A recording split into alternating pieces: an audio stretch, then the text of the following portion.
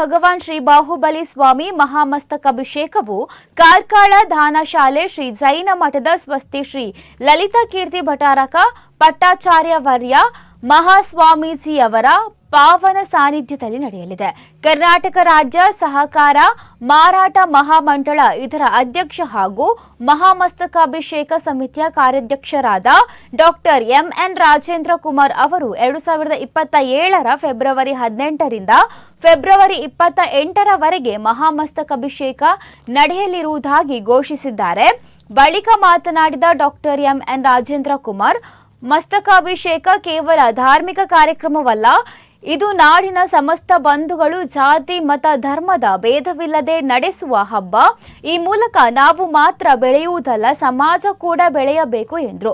305 ದಿನಗಳು ಬಾಕಿ ಇವೆ. ಇದನ್ನು ನಾಡಿನ ಉತ್ಸವವಾಗಿ ಕಾರ್ಯಕ್ರಮವನ್ನ ಯಶಸ್ವಿಗೊಳಿಸಲು ನಾವೆಲ್ಲರೂ ಒಗ್ಗಟ್ಟಿನಿಂದ ಶ್ರಮಿಸಬೇಕು ಎಂದು ಅವರು ಆಶಯ ವ್ಯಕ್ತಪಡಿಸಿದ್ದಾರೆ.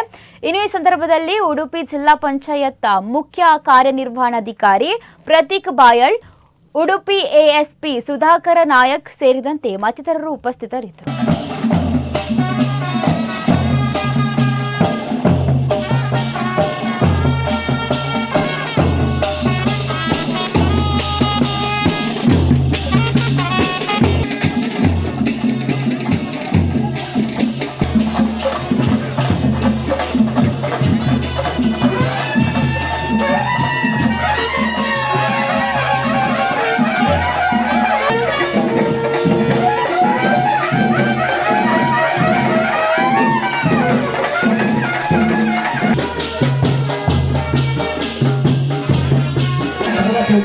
ರಾಜಗುರು ಧ್ಯಾನಯೋಗಿ ಶ್ರೀ ಭಟ್ಟಾಚಾರ್ಯ ಮುಂತಾದವರ ಉಪಸ್ಥಿತಿಯಲ್ಲಿ ಶ್ರೀಮತಿ ಸ್ವರೂಪ ಟೀಕೆಯನ್ನು ಕಾರ್ಯಕ್ರಮವನ್ನು ಉದ್ಘಾಟಿಸಿಕೊಡಬೇಕೆಂದು